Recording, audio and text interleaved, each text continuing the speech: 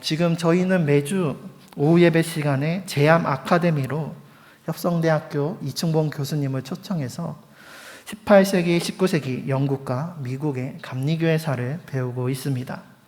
그래서 감리회 운동이 어떻게 태동되었고 또 감리교회가 어떻게 형성되고 오늘날에 이르게 되었는지를 살펴보고 있습니다. 2주 전에는 감리교도라 불리는 사람들이라는 주제로 감리교들은 어떠한 사람인가, 감리교의 정체성에 대해서 배웠습니다. 그것은 감리교도라고 불리는 사람은 다양한 지역에서 다양한 교회와 신념과 전통을 갖고 있는 매우 열정적인 신앙을 가진 사람들이었습니다. 감리교는 이전에 없었던 새로운 교파나 교단을 새롭게 만든 것이 아니라 기존의 영국의 비국교도 가운데 개혁교회, 제세례파, 경건주의, 루터, 그리고 카톨릭 등 다양한 교파들 가운데 웨슬리의 감리교적 신념을 공유하는 공동체였습니다. 다양한 교파를 하나로 묶고 또 다른 교단과 구별되는 웨슬리의 감리교의 신념은 바로 이것이라고 우리가 아카데미를 통해서 나누었습니다. 그것은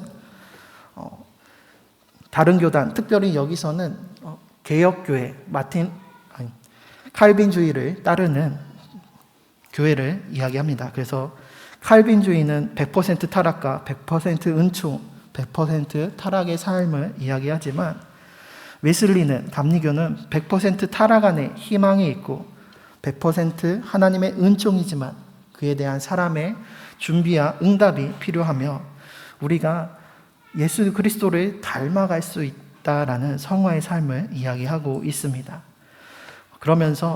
그러나 어느 것도 맞고 어느 틀리는 것도 없다라고 이렇게 짧은 시간에 그 내용을 나누게 되었습니다. 그래서 강의의 시간 관계상 이 내용을 구체적으로 다루지 못하고 저희 목회자들에게 숙제로 넘겨주셨습니다. 특별히 이것은 구원론에 대한 이야기로 당시 가장 많았던 칼뱅주의의 개혁교회와 웨슬리는 구원론에 대하여 서로 다른 의견을 가지고 있었습니다. 이것은 한 학기 강의로도 부족할 만큼 방대하고 또 어려운 내용이고 지금까지도 이어지고 있는 논쟁이기도 합니다. 부족하지만 이 시간 칼뱅주의와 웨슬리의 구원론을 비교하면서 구별되는 감리교만의 신념과 또 서로 다른 교회가 감리교로 하나 될 수 있었던 감리교의 정신에 대해서 함께 살펴보고자 합니다. 우선 이해를 돕기 위해 칼빈주의와 그리고 웨슬리가 영향을 받았던 알미니안주의를 비교하면 이와 같습니다. 칼빈과 알미니우스는 동시대에 활동한 신학자요 종교개혁자였지만 이들은 보시는 것과 같이 서로 상반되는 구원론을 가지고 있습니다. 칼빈은 하나님의 절대적인 주권을 강조하였고 알미니우스는 인간의 자유의지도 강조하였습니다. 그래서 먼저 칼빈주의가 말하는 구원을 살펴보면 하나님의 절대 주권을 강조한 칼빈주의는 인간의 전적인 타락을 이야기합니다. 모든 인간은 100% 완전히 다 타락해서 누구도 스스로 하나님의 은혜에 반응할 수 없고 하나님의 구원을 받을 수 없다라는 것입니다. 그렇기에 구원은 하나님의 무조건적인 선택이다라고 이야기를 합니다.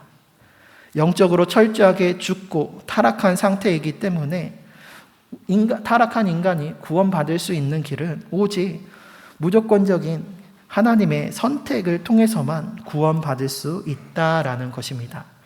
그러면서 오직 하나님만이 이미 창세전부터 구원하시기로 선택하시고 예정하셨다라고 이야기를 합니다. 구원받을 자와 구원받지 못할 자가 이미 예정되어 있다는 것은 제한된 속죄입니다. 예수님께서 모든 사람을 위해 죽은 것이 아니라 오직 선택된 사람만을 위해 죽으셨다라는 이야기입니다. 그래서 이러한 예정론은 이중 예정론이라고 해서 구원받을 자와 구원받지 못할 자가 이중으로 이미 예정되어 있다라는 것입니다. 그래서 이러한 구원은 오직 하나님의 절대적인 주권 안에 하나님께서 선택하심고 예정하심으로 말미암는 것이기 때문에 이러한 하나님의 은혜는 불가항력적인 은혜다라고 이야기를 합니다. 하나님께서 이미 택하시고 예정하신 그 사람은 하나님의 은혜를, 하나님의 구원하심을 결코 거부할 수가 없고 하나님의 예정하심에 따라 반드시 구원받는 성도가 된다라는 것입니다. 그래서 성도의 견인을 주장합니다. 성도의 견인은 성도가 견디고 인내할 수 있다라는 뜻입니다. 이러한 불가항력적인 은혜로 인하여 구원받은 성도는 잠시 흔들릴 수 있지만 그럼에도 하나님의 절대적인 주권하에 하나님께서 예정하신 구원은 결코 취소될 수 없기 때문에 견디고 인내함으로 한 번 받은 구원은 절대로 타락할 수 없다라는 게 바로 칼빈주의가 말하는 구원론입니다. 이에 대하여 알미니안주의는 인간의 부분적 타락을 이야기합니다. 죄로 인하여 타락했지만 사람이 하나님의 부르심과 구원의 은혜에 응답할 수 있는 능력이 인간에게 주어져 있다라는 것입니다. 이를 웨슬리는 선행은총이라고 하였습니다. 구원은 사람 스스로의 능력으로 인한 것이 아니라 우리를 사랑하시는 하나님께서 타락한 우리가 구원에 이를 수 있도록 먼저 은총을 베풀어 주셨다라는 것입니다. 아담과 하와가 하나님께 불순종함으로 타락하고 에덴 동산에서 쫓겨나게 되었지만 하나님께서는 그들을 위해서 가죽옷을 지어 주셨습니다. 즉 인간이 완전히 타락했지만 하나님께서 그들이 구원에 이를 수 있도록 하나님의 은총을 베풀어 주시고 그 능력이 우리 인간에게 있다라는 것입니다. 그래서 우리는 타락했지만 하나님의 구원을 인식하고 반응하고 또 예수를 나의 구주로 영접할 수 있는 그 능력이 주어져 있다라는 것입니다. 그리고 조건적 선택은 인간이 구원을 받는 것은 하나님의 은혜이지만 무조건적으로 예정되어 있지 않다라는 것입니다. 웨슬리는 하나님께서 하나님의 일을 이루시기 위해 무조건적으로 사람을 미리 선택하시고 예정하셔서 하나님의 사람들에게 구원을 베푸심을 부인하지 않습니다.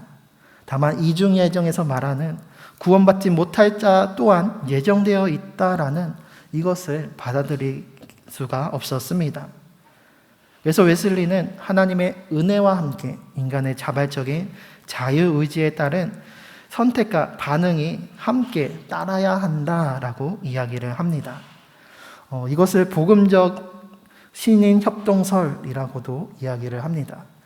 여기서 협동이란 단어가 오해를 일으키기 쉽지만 이 신인 협동설이라는 것이 하나님이 50%, 인간이 50%에서 어떠한 사람이 하나님의 구원을 좌지우지할 수 있다라는 것이 아니라 100% 하나님의 절대적인 주권과 또한 100%의 인간의 자유의지에 따른 선택과 순종으로 하나님과 인간이 함께 구원을 이루어 간다라는 것입니다. 무조건적인 선택을 따를 경우에는 구원받지 못함의 책임이 전적인 하나님의 책임이 됩니다.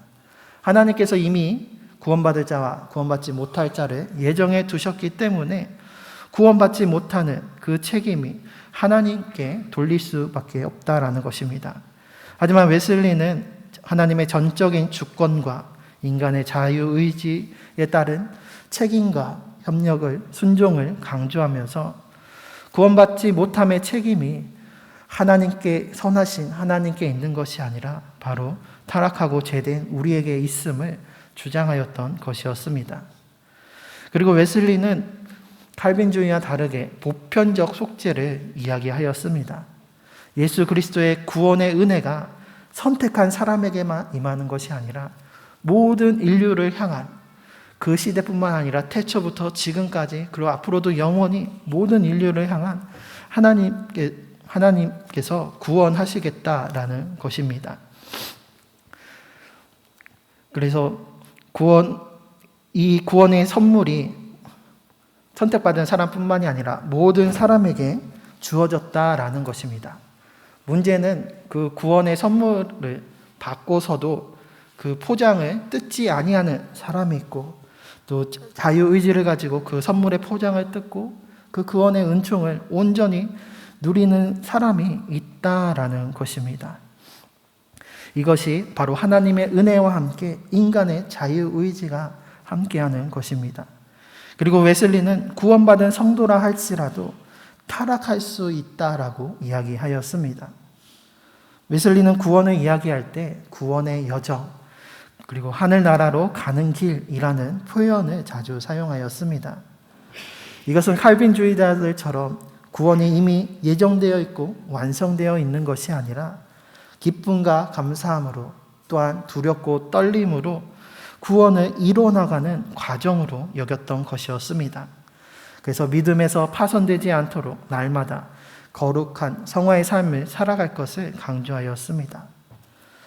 그래서 이렇게 비교해보면 칼빈주의와 또 알미니안주의의 영향을 받은 웨슬리의 구원론은 정반대로 서로 양립할 수 없는 것처럼만 보입니다. 하지만 웨슬리의 신념을 따르는 감리회에는 이처럼 상반된 의견의 칼빈주의를 따르는 개혁교회도 앞서 보신 것처럼 함께하고 있었습니다. 그중 대표적인 인물이 바로 조지 히필드입니다. 조지 히필드는 칼빈주의를 따르는 예정론자였습니다. 그래서 이 조지 히필드는 옥스퍼드 대학에서 웨슬리와 함께 홀리클럽을 같이 활동하고, 또 웨슬리가 영국 국교의 사제로서의 제한에서 벗어나 세계는 나의 교구다라고 선포하며 교구를 떠나 야외로 나가서 설교할 수 있도록 인도한 동역자가 바로 조지 히필드였습니다. 그리고 히필드는 영국뿐만이 아니라 미국에 가서 미국의 대각성 운동을 주도하였습니다.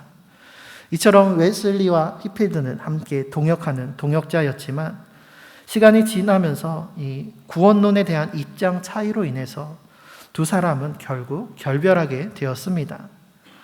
그러나 비록 이러한 신학적인 의견의 차이는 있었지만 웨슬리와 히필드는 이내 서로 화해하고 서로를 축복하며 각자의 자리에서 자신에게 주어진 복음 전파의 사명을 함께하며 협력하였습니다. 한 번은 어떠한 사람이 웨슬리와 히필드가 이처럼 신학적인 견해가 서로 다르다라는 것을 알고서 이렇게 물어봤다고 합니다. 목사님은 웨슬리 목사님과 신학과 진리에 대한 이해가 다른데 목사님께서는 천국에 가시면 웨슬리 목사님을 만날 수 있을까요? 라고 물었던 것이었습니다. 이러한 질문에 히필드의 대답은 이러하였습니다. 아마도 우리는 천국에서 웨슬리를 보지 못할 것입니다. 왜냐하면 웨슬리는 하나님의 보좌 가장 가까운 곳에 앉아 있을 것이고 우리는 멀리 떨어져 있을 것이기 때문입니다. 그리고 히필드는 또한 자신이 죽을 때에 웨슬리가 자신의 장례를 집회해 주기를 요청하였고 후에 56세로 하나님의 부르심을 받을 때에 영국에서 그의 장례를 웨슬리가 직접 집례하면서 그들이 비록 신학적인 의견은 서로 달랐지만 함께하고 또 동역하는 사이였음을 알 수가 있습니다. 또한 웨슬리도 히필드와 예정론에 대해서 논쟁하면서 히필드와 자신의 신학적인 견해는 머리카락 한 올 차이에 불과하다라는 말을 했습니다. 비록 구원에 대한 의견은 서로 다르지만 모든 영혼이 예수 그리스도의 은혜로 말미암아 구원받아야 한다는 믿음에서는 서로 다르지 않았습니다. 그래서 웨슬리는 자신이 아끼는 동역자를 히필드의 교회에 보내서 사역을 돕게 하고 히필드도 웨슬리의 신도회를 찾아가 설교하면서 환영을 받기도 하였습니다. 그리고 웨슬리는 표준설교 관용의 정신이라는 설교에서 서로 다른 의견에 대해서 이렇게 말하였습니다. 나는 내 믿음이 가장 초대교회와 사도신앙에 적합하다고 믿습니다. 그러나 그런 내 믿음이 다른 사람을 위한 규범이 될 수는 없습니다. 그렇기에 나는 내가 사랑으로 연합하려는 사람에게 교리적인 질문을 하지 않습니다. 이 시점에 내가 묻고 싶은 질문은 내 마음이 당신을 향하여 진실한 것처럼 당신의 마음이 나를 향하여 진실하십니까? 입니다. 라고 이야기하였습니다. 웨슬리는 신앙과 또 신학에 대한 서로 다른 입장에 대해서 서로의 견해를 이해하고 존중할 것을 말하였습니다. 하지만 이것이 무비판적으로 아무 것이나 수용해도 된다라는 것은 아닙니다. 그 전제 조건은 바로 서로의 마음이 하나님과 또 서로를 향하여 진실한가라는 것이었습니다. 그래서 웨슬리는 그 관용의 정신의 설교에서 이렇게 7가지 기준을 제시하였습니다. 하나님을 순전하고 진실한 눈으로 바라보는가? 하나님께서 주 예수 그리스도 안에서 축복하셨음을 믿는가? 믿음이 사랑의 능력으로 나타나는가? 자기 자신이 아닌 하나님의 뜻에 따라 행하고 있는가? 하나님의 사랑이 자신 안에 충만하여 하나님을 경외하고 하나님과 함께 있는 것을 즐거워하는가? 또 이웃을 사랑하는 마음으로 대하는가? 이웃을 향한 사랑의 실천을 하는가? 그렇다면 우리가 서로 의견이 다르고 견해가 다를지라도 함께 손을 잡고 주 안에서 하나 되어 주의 일을 감당하자라는 것이었습니다. 비록 우리의 신학적인 의견이나 견해, 생각이 다를지라도 하나님을 향한 믿음과 사랑이 동일하다면 함께하는 것, 이것이 감리교의 관용의 정신입니다. 그리고 이 관용의 정신이 영국 사회에 서로 다른 지역과 서로 다른 신분과 지위, 또 서로 다른 교리와 교회의 성도들을 감리교라는 이름으로 하나 되게 한 원동력이 되었던 것이었습니다. 이것은 오늘 본문에서도 마찬가지입니다. 오늘 본문은 예루살렘 공의회에 대한 내용입니다. 유대인 출신의 그리스도인들과 이방인 출신의 그리스도인들의 의견 차이로 인한 논쟁이었습니다. 초대교회가 세워진 초창기로 유대인 그리스도인들은 여전히 모세의 법대로 할례를 받는 것과 율법적인 행위를 지켜야 한다라고 이야기를 했습니다. 그리고 바울과 바나바를 대표로 하는 이방인 그리스도인들은 유대교적이고 구약의 율법적인 행위를 따르는 것을 반대하였습니다. 그래서 서로 다른 신학적인 견해가 부딪히면서 많은 변론과 논쟁을 하게 되었던 것이었습니다. 이러한 상황 속에서 오늘 베드로는 이와 같이 말합니다. 믿음으로 그들의 마음을 깨끗이 하사 그들이나 우리나 차별하지 아니하셨느니라. 그런데 지금 너희가 어찌하여 하나님을 시험하여 우리 조상과 우리도 능히 매지 못하던 멍에를 제자들의 목에 두려느냐. 그러나 우리는 그들이 우리와 동일하게 주 예수의 은혜로 구원받는 줄을 믿노라 라고 고백합니다. 믿음으로 동일한 주 예수 그리스도의 은혜로 말미암아 유대인이나 이방인이나 우리 모두 차별 없이 구별 없이 구원하여 주셨는데 어찌하여 서로 다른 인간적인 견해와 생각으로 서로를 차별하고 그래서 목에 메우고 또 편협한 인간의 지식과 생각으로 하나님을 시험하느냐라고 말하고 있는 것입니다. 그리고 베드로는 이어서 자기의 의견으로 하나님께 돌아오는 자들을 괴롭게 하지 말라라고 이야기를 합니다. 그리고 다만 우상의 더러운 것과 음행과 목매어 죽인 것과 피를 멀리하라고 말합니다. 이러한 율법적인 행위는 반드시 지켜야 한다라고 자신의 의견을 강요한 것이 아니라 이방 지역이지만 그곳에서도 유대교 그리스도인들이 있기 때문에 그들의 양심과 그들의 신앙을 생각해서 서로 배려하고 이해하면서 용납과 관용의 정신으로 우리가 이렇게 차별하지 말고 분열되지 말고 함께 하자라는 것이었습니다. 이것이 초대교회가 하나 될 수 있었던 비결이었고 또 서로 다른 자들이 주님을 향한 믿음과 열정과 사랑으로 하나된 감리회를 이루었던 감리회의 정신이기도 합니다. 이처럼 동일한 믿음으로 동일한 주 예수의 은혜로 우리가 구원을 받았다면, 그래서 우리가 하나님을 사랑하고 이웃을 진실로 사랑한다면 우리는 서로를 비방하고 정죄할 것이 아니라 함께 손을 잡으며 주님의 몸된 교회를 이루고 주님 안에서 한 형제 한 자매로 손잡고 주의 길을 함께 가야 합니다. 우리 모두는 너무나도 서로 다른 존재들입니다. 우리의 외모도 다르고 생활 환경도 다르고 사회적 경제적인 수준과 또 정치적인 견해, 또 나의 성향과 또 은사와 달란트, 우리 모두는 다 각기 다른 자들입니다. 일란성의 쌍둥이라고 할지라도 유전적으로 동일하고 자라나는 생활 환경이 같아도 그들을 보면 서로 다를 수밖에 없음을 보게 됩니다. 그런데 이러한 우리를 하나 되게 하시고 주님의 한 몸을 이루게 하시는 것은 바로 주님의 사랑입니다. 예수님의 제자 공동체에는 세리 마태와 또 열심당원 시몬이 함께 있었습니다. 우리의 역사로 비유하자면 서로 원수되는 친일파와 독립운동가가 같은 공동체를 이루며 함께하고 있었던 것이었습니다.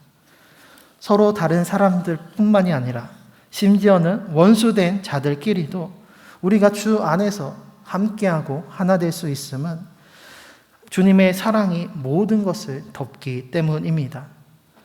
베드로는 또한 베드로전서 4장 8절에서 이렇게 고백합니다. 무엇보다도 뜨겁게 서로 사랑할지니 사랑은 허다한 죄를 덮느니라. 주님의 사랑은 허다한 모든 죄를 덮어주십니다. 원수도 죄인도 친구로 변하게 하십니다.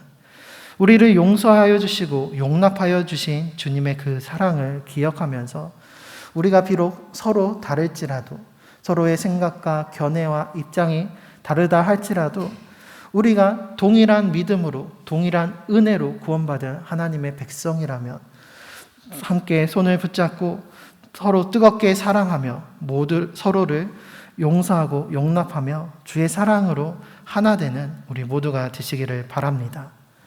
그래서 서로 같은 믿음으로 동일한 은혜로 구원함을 받아서 다 같이 하나님 나라에 함께 이루는 복된 믿음의 공동체, 사랑의 공동체가 되는 우리 제암교회와 또 모든 성도님들 되시기를 주님의 이름으로 축원합니다.